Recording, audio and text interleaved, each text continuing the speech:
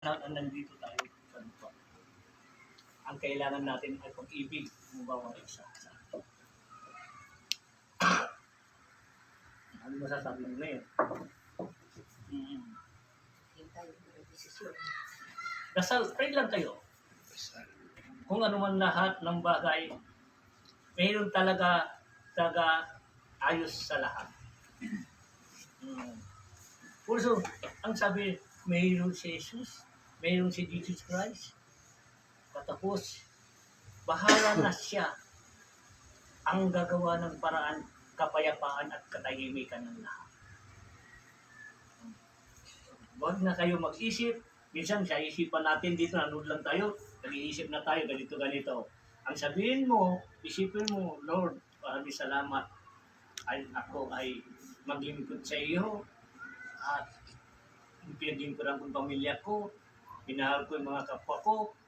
Lord, kung ano man ang nangyayari sa mundo, kayo nang bahala sa kanila at sa amin. Yun lang naman ay importante sa lahat. Lagi natin tawagin ang tunay na likha sa atin. Huwag natin baliwalain dahil siya ang tunay ng binaba tayo ay siya rin pagbaba niya at siya rin kaharap din tayo sa kanya kung Jesus Christ. Amen. Puso kailangan na kung ano man ang gulo ng mundo at tayo pabayaan natin dahil may katungkulan sila kung ano man ang away nila, huwag tayo magkayalam dahil wala tayong pakialam. Hindi tayo nakikasyalan sa kanila. Ang sa atin, binigay sa atin ng Diyos, ang pamilya. Ang pamilya mo at upagin mo. Yung katungkulan, mag-isip muna bago bumanat ng anuman dahil wala tayong magawa. Dahil tayo ay maliit ang mundo ng Pilipinas. Okay.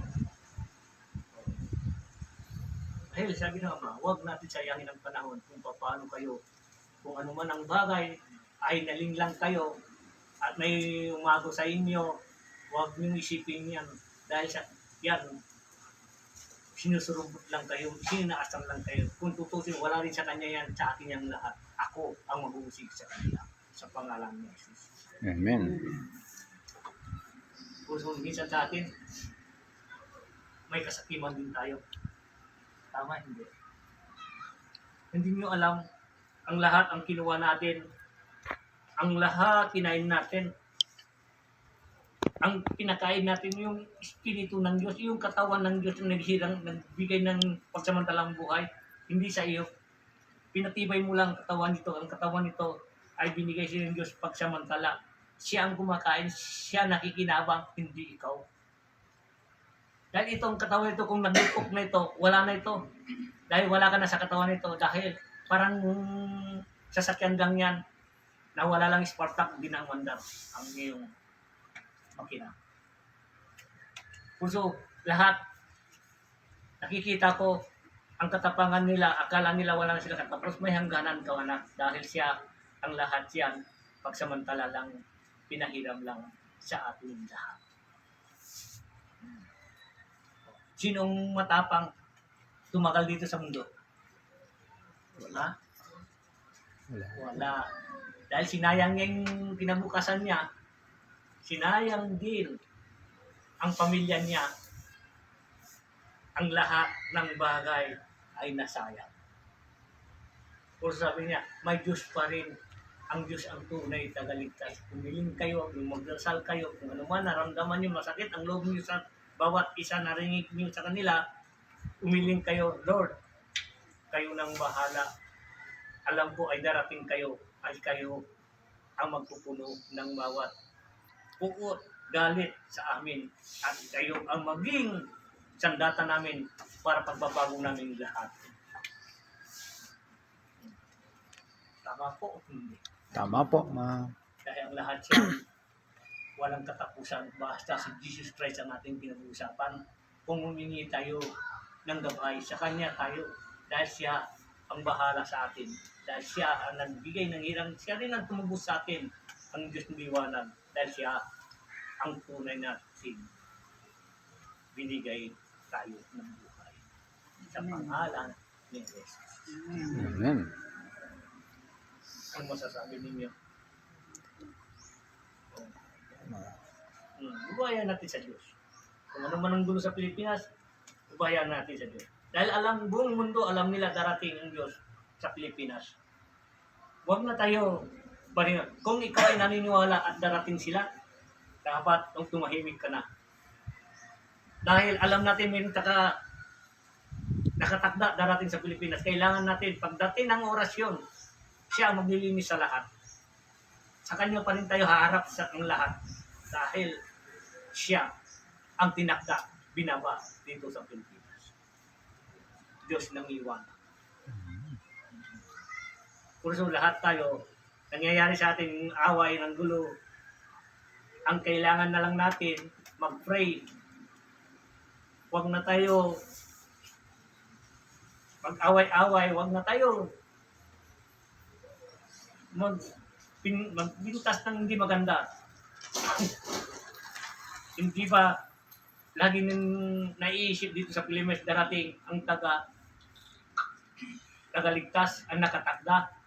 Yun na lang i-pray natin at siya ay magpapakita na siya na magpapatotoo na pagbaba niya dahil siya ang tunay ng kikinig sa buong mundo. Siya ang bahala sa atin. Dahil ang mundo natin, walang pwede umangkin kung hindi siya lang. Nuno natin ay Pilipinas, Amerika, Japan, China, lahat yan. Ang mundo yan gawa ng Diyos. Ang umangkin lang yung tao lang ang nakaupo. Kung tutusin ay freedom. Freedom lahat dahil ang lahat yan, ang sabi ng Ama, pagtalo-taluhan ninyo, di nyo alam, hintayin ninyo ang nakatakda dahil siya ang maglilinis sa lahat, dahil siya ang gumawa. Siya rin ang mag-aayos sa lahat sa pangalan ni Jesus. Amen. Kung kayo ay lalaban, sabi ng Ama, kung kayo mag-away-away, kawawang pamilya ninyo, may pananggat pa kayo, may sandata pa kayo. Ang kailangan ninyo lang, pray, humiling, dahil siya nang bahala pagdating ng orasyon, siya ang maglilinis ng lahat. Walang hadlang kahit sino man, siya ang Diyos at siya ang gumawa ng buong mundo sa kanya ang kalikasan ng lahat. Amen. Por eso tayo, hanggang angkin, hanggang ganun, babayaan nyo na lang, hintayin na lang natin ang maglilinis sa atin lahat. Dahil kung tao lang mismo, away lang yan. Kung tayo ay laging tumatawag sa Kanya, pray ka lang sa Kanya at bababa siya. Bilang oras, bilang araw, kung kailangan na bababa siya, gagawa siya ng paraan para sa katahimikan ng lahat. Sa pangalan ni Jesus. Amen. Ano sa palagahin niyo? Tama ba ang sinasabi ng Diyos? Hindi. Tama po, Ama. Oh. Dahil ang mundo ninyo, sabi ng Ama, ang mundo ninyo, panahon ni Moses, ano nangyayari? Gera din yun. Panahon ni Jesus Christ din. Hinanap siya. Ngayon, ang sabi nila ay pabalik.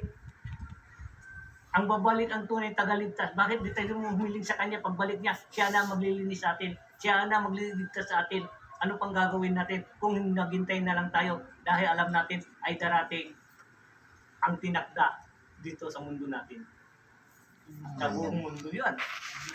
Oh. Yung angkin-angkin, huwag mong sayangin yan, papayaan lang yan, hintayin nyo na lang ang tunay ang may-ari. Ang may-ari ang siya magpatotoo sa lahat dahil sa kanya ang mundo. Ang tanong, mundo natin ba ito? Bago lang tayo sinilang, pag-away-away na tayo ng iba-ibang, huwag, humiling na lang tayo ay naglika sa atin. Hintayin natin sila para katahimikan ng lahat. Para kumain ka, masaya ka, isipin mo, darating na rin ang taga-tunay, tagaligtas sa atin. Sa pangalan ni Jesus Christ. Amen. Hindi ba tahimik lahat? Puso kailangan natin magkakaisa. Kailangan natin pag-ibig ang iral natin. Kung ano man ang bagay, kung nangyayari hindi maganda, ano mo na, Diyos mo na lang. Lord, kayo nang bahala. Lord, bigyan niyo po kami ng kaligtasan. Lord, lahat. O sabi ni Lord, wala pa naman ng pan. Business lang naman yan dumarating sa inyo. Hindi pa naman kayo naggera. At ano naman sinasabi niyo? O naggera kayo, sinong kawawa? Di kayo rin. Ang kailangan lang, pray natin lahat, ang tinakda ay lalabas na para katahimikan ng lahat. Ang Diyos na liwanag. Yun lang naman ang hinihiling, ang binigay mensahe sa akin. Dahil ang siya ang tunay tagaligtas sa lahat. Amen. Ano masasabi niyo ngayon? Tama. Ano masasabi niyo? Dasal lang. Binigyan na nga tayo para magdasal. Binigyan tayo ng Diyos bumaba dito para tayo ay tumagap sa Kanya. At sa biglang namatay, hindi namatay. Nagpahinga lang ang Diyos, nabuhay mulit at tatlong araw bago nabuhay. Gumising siya. Ang sasabihan, ang Diyos namatay. Hindi, 3 araw nagpahinga. Sabi ng Diyos, pag 3 araw ako ay babangon, hindi niya sinabi na matay siya. Tao lang ang nagsasabi, patay siya. Kasi kung patay na, hindi na babangon. Nasaro. O Nasaro, gising ka na dyan. O, sabi niya papatay. Nagpapahinga rin yun. Bakit gumising Nasaro?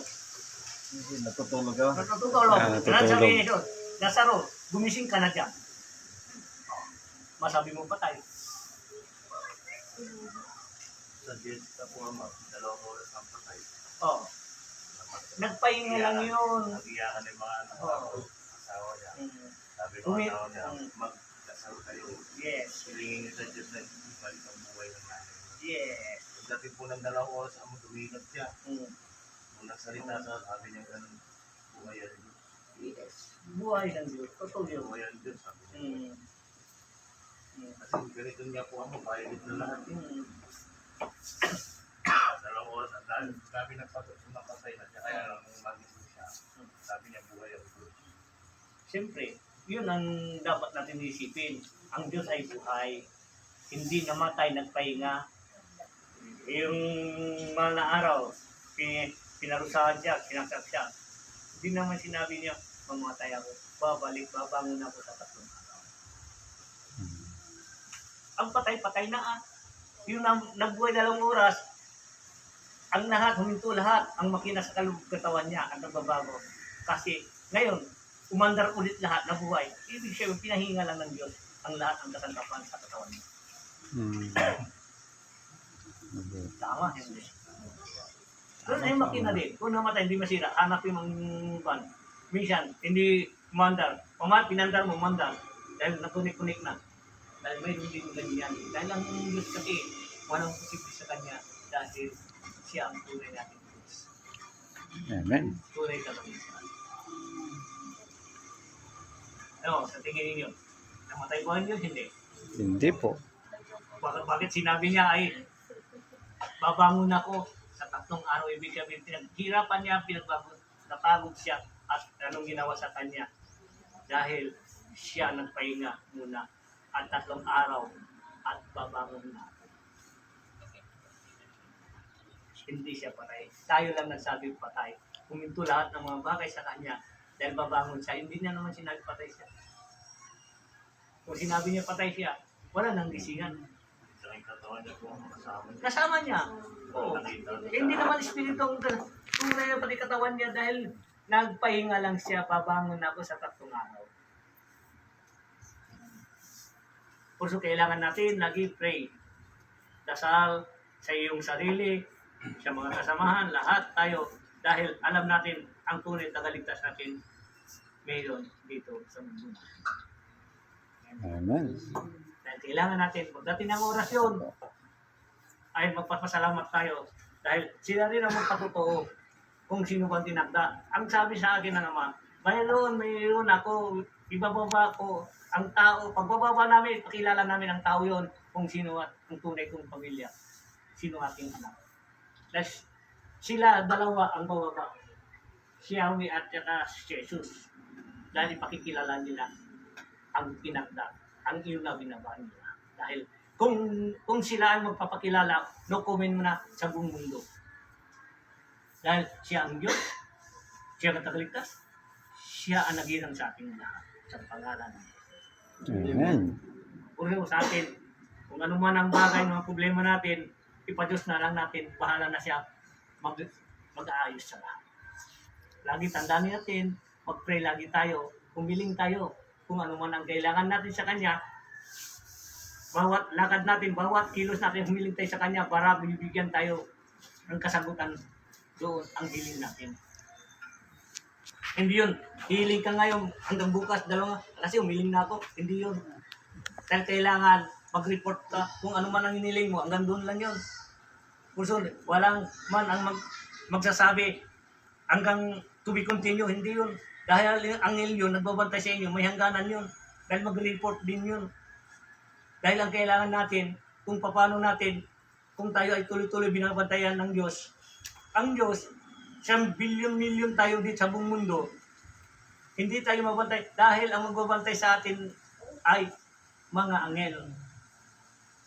Binili niya sa mga angel lahat man, sino man, ang sa pangalan ko, ang tinatawag at hihingi ng gabay. Gabayan ninyo. Dahil oras na pinabayaan niyo sila, ako magpaparusa sa inyo. Dahil yan ang katungkulan binigay ko sa inyo. Dahil lahat tayo may katungkulan. Ito, katungkulan binigay sa akin. Kung ano mang mensahe, sinishare ko sa inyo. Pakinggan ninyo. Kung tama ba sinasabi ko o mali. Kahit di ako nagbabasa. Dahil yun ang tinagda binigay sa akin ng Diyos. Kundi dahil sa Kanya, wala ako dito sa lupa. Sumusunod lang ako ang naglikha sa akin sa panghala ng liwanag. Amen. Makikita niyo dito, narito sa akin, may tinapay. Ayun, may pansit. Pansit. Binurburan. Mayroong kan. Dahil yan lang ang karap, may bato.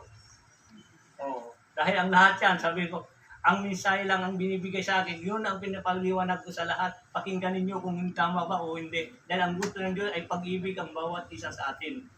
Huwag natin hiral ang ugali natin hindi maganda. Dahil walang magpupulot ng maganda yan. Mapapahamak tayo dyan sa ugali natin. Kailangan natin pagkumbaba, itataas tayo ng Diyos. Sabi ng Diyos, mga anak, panahon na kayo. Ito na nangyayari sa inyo. Pagmahalan na kayo, magbigayan na kayo ng pag-ibig ninyo ang bawat isa. Huwag kayo baliwalain yan. Dahil kung kayo-kayo rin ang magtutulungan, kayo-kayo rin magsama-sama dahil ang mundo niyo ay malaki. Mahirap mabuhay mag-isa. Dahil ikaw kasakiman mo at wala man, sino man makakatulong sa'yo kung hindi ang gawa mo mabuti. Puso kailangan natin at habang may panahon pa, magbago na tayo dahil tayo ay pagsamantala lang dito sa lupa. Haharap tayo sa Diyos. Hindi mo maharap ang kayamanan, hindi mo maharap ang bahay mo malaki, hindi mo maharap may kasakyan ka dahil wala kang dala pagharap mo sa Kanya. Dahil yung mga gawain mo din dito, yung maharap mo, yun ipapakita mo sa Kanya dahil sa kabutihan, asal ang dala-dala mo, yun lang ang kagustuhan ng Diyos. Dahil ang lahat yan, tanggapin mo siya at tanggapin Kanya. Depende ikaw kung tuloy-tuloy ang tanggap mo, tuloy-tuloy ang tanggap niya. Kung ikaw ay nagalit, masama ng ugali mo, hindi na maganda, at siya ay lalayo sa iyo dahil ayaw ng Diyos ay ganyan ang ugali, ang gusto ng Diyos ay pag-ibig. Gusto kailangan natin, bawat isa sa atin, magkumbaba. Tandaan ninyo, walang mataas kung tataas pa, babagsak. Maraming mga taong makumbaba. Kahit mataas ka na sa katungkulan magkumbaba ka, itataas ka pa rin ng Diyos. Dahil ang gusto ng Diyos, mayaman ka, mahirap ka man, mataas ang posisyon mo, lahat man ang bagay na sa iyo, ang gusto ng Ama, magkumbaba ka. Dahil itataas ka pa, mahigit pa darating sa iyo ang kapangyarihan, ihangad mo, dahil ang Diyos ay pag-ibig. Dahil walang katapusan, kung ikaw ay tuloy-tuloy mo kung gawain mo mabuti. Ang mabuti ng asal ang siya ginagabayan ng Diyos. Sa pangalan ni Jesus. Amen. Ano mo masasabi ninyo? Meron kayong masasagot dyan? Tama po, ma. Dalawa? Sasabi ko, ma. Wala. Ikaw, Ador? Tama po yung sinasabi niyo po, Ama. Yun lang. Para maraming salamat po at may mensahe na narinig po naming lahat upang magawa yung tama, masunod ang kalooban ng Diyos. Tulad dito, dumating ang mga merinda lahat ito. Pagkatapos ng meeting namin dito, tapos yung pumiling ang bawat isa dito, tapos balik kami sa mesa. At ito, blessing para kami ay masaya. Nagsalo-salo kami kahit ang mayroon lang dito, pagsasal, parang masaya na kami. Maraming salamat ang nagdala. Maraming salamat ang nandito. Hindi lahat ng bagay sila magdadala. Lahat kami, may oras din, kami ay magdadala din. Pangunahan lang kami ito, kung sino man ang blessing, dahil ang blessing sa lahat, si Lord ay nasa Kanya. Hindi lang sa Kanya, para sa atin, dahil tayo ay nagtunay, naglilingkod sa Kanya. Depende naman, sabi ng Ama, naglilingkod ka, dito, maganda, kanto tayo dito. Pagdating yung sabay, baka tulisan tayo. Pagkato. Ha? Sinasabi ko ng totoo. Ngayon, nandito, banal tayo. Ha? Banal tayo. Nakita, banal tayo lahat. Aywan ko pag uwi din sa bahay. Kung banal pa rin kayo. Ha? Tama niyo yun eh. Ha? Ngayon hindi. Hindi lahat. Opo. Kung mali ang ano nila. Alangan na hindi naman ako magagalit. Hindi. Tama yung sinabi. Ibig sabihin, kinukulit niyo lang sila. Hindi yung pumunta ka, walang dahilan, nagagalit ka. Kung may dahilan, okay lang yan. Dahil gusto mo sila matuto. Tumatuwid. Opo. Kasi mayroon iba, yung gagawa ng kwento, kasi hindi. Dahil sabi nga, kanya-kanya dahilan yan. Hindi mo sabihin, nagagalit ka, makasalanan ka, hindi. Depende. Yung walang ginawa sa'yo, hindi ka nakialaman ka, yun. Pinakamasakit sa lahat. Tama? Tama po, Ama. Hindi yun, alam mo, may trabaho kayo dito, may tindahan. Ngayon, ginawa niya mali. Siyempre, magagalit ka. Huwag ganyan, masisira kami, masisira ako. Mamaya, wala nang buwan sa atin. Dahil tama yung sinabi mo. Pero yung makikipasok, walang dahilan. Yun, kinukorek ang lahat. Tama po.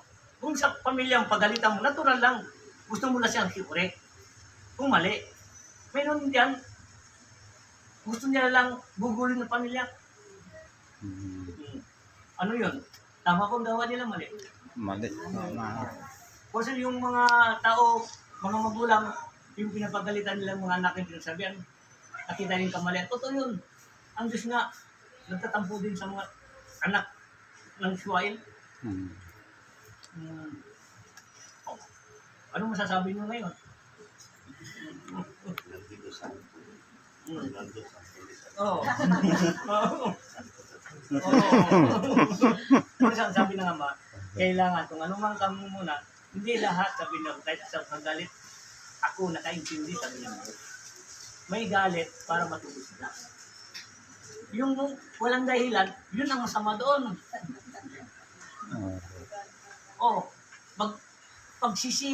Maggagawa ka ng pwede magsiraan, walang dahil. Ngayon tatawag-tawa ka. Ngayon tatanungin sa'yo, ay narinig ko doon. At sino? Punta doon, ay narinig ko doon. Ay narinig na. Ano tawag doon? Ano lang doon? Pagkilamira. Ha? Pagkilamira. Hindi, sinasabi ko, sinasabi ko din Glinda. Si Glinda, ano ang tawag doon? Story maker. Ikaw yun. Ikaw sumagot, ano? Sumagot lang naman yun. Ikaw sumagot, tama yun. Hindi ikaw binilintangan. Ikaw sumagot, sabi no? Ikaw naman, nagdamdam ka. Hindi, kung gano'n, sabi naman, lahat ng bahay na dito tayo, banal tayo. Kahit nagmimisa pa tayo, nag-arap tayo ng pinto ng Diyos, nagmimisa na rin tayo. Kailangan pagdating na sa bahay, ituro natin na asal sa mga kasamahan, Maganda. pamilya. Kung mali ang pamilya, pwede mo pagsabihan. Dahil natural lang yan, ang Diyos na pwede magalit kung mali ang iyong ginagawa. Opo. Yung pagagalit niya, gusto niya, ikaw ay fluid. Hindi yung galit talaga. Gusto niya gumising ka, anak, para panahon na pagbago ka na. Ano masasabi mo? Tama po, Ama. Nakita mami. Kusong sabi ng Ama, huwag niyo sayangin ano man ang narinig dito. pulutin nyo lang ang aral mga mabuti. O hindi, sumagot kayo. Maganda yung sasagutin nyo. Ama, mali, sabihin niyo. Wala naman bawal dito kasi importante ilabas nyo ang yung tunay na ano. Ano po, ama? Parang ako po, ama, yung ano po, nung isang araw po, ama, napag-alita ko sa kasi. Yung ginagawa ko sila ng magliliguso sila, ama, ng uling. Ginagawa ko sila ng paglilipakan nila para hindi mahalikabukal lahat. Yung maayos yung paglilipakan nila. Tapos sabi sa akin, hindi daw ako nakakatulog. Nagalit po ako. Katuhan lang yan. Sabi daw, hindi ako nakakatulog. Hindi pala ako nakakatulog. Alisin mo itong mga uling mo dito. Ang uling nga muna kami. Sabi mo, hindi ako nakakatulog. Ito nga kayo nagsisiyaw. Hindi pa kayo sabihin pa. Hindi ako nakakatulog. O, ang ginawa niya, ama, gumawa siya ng CR nila. Matatapos na siguro ngayon, ama. Yun. Sabi ni Chris, ano Chris? Kasi pinagsabihan mo siya. Oo, hindi. Kaya Gumawa hindi siya. siya pinagsabihan, di siya matututo gumawa ng sarili. Maraming salamat. Dahil siya magsalita niyo sa kanya. Gumising. Gumising. Tama yan, sabi naman. Kung hindi sila gigising, hanggang kailan sila matututo? Oh. Kaya ang lahat yan, sabi, hindi ako nagagalit. Gusto ko lang kayo. Para gigisingin kayo kung tama. Kung halimbawa wala na ako, kung ganyan ang uhalin mo, bakit ako di pinuha ng mga magulang ko? Yung turo yung mahalaga yung pagdating ng oras na wala na tayo ng mundo, ay maalala niya kung ano man ang payo ng mga magulang. Doon nila maalala kung wala na tayo. Maraming bagay yan ang iyong mga sinasabi, ang kanyang nagagawa. Dahil kung di, dahil sa iyo, hindi siya gagawa. Siya. Ang sabi ko sa kanila, anong kayamanan at laging tinatago sa lahat? Ginagastusan mo, tinatago mo. Hindi mo mababa. Yan! Yan ang kayamanan ng kubita. Lahat Kubita. ang binibili mo, tinatay mo, nilagay mo dito. Oh. Yan, hindi mo na mabawi yan. Pagtago mo, wala na ang panyan. Hindi, walang bawian na yun. Oo po. Opo. Bunso ang lahat ito, sabi ng Ama, ang lahat ito kailangan natin ay maging tapat. Tama, simula sa pan. Dito tayo, hihiling, mag-pray na tayo ngayon.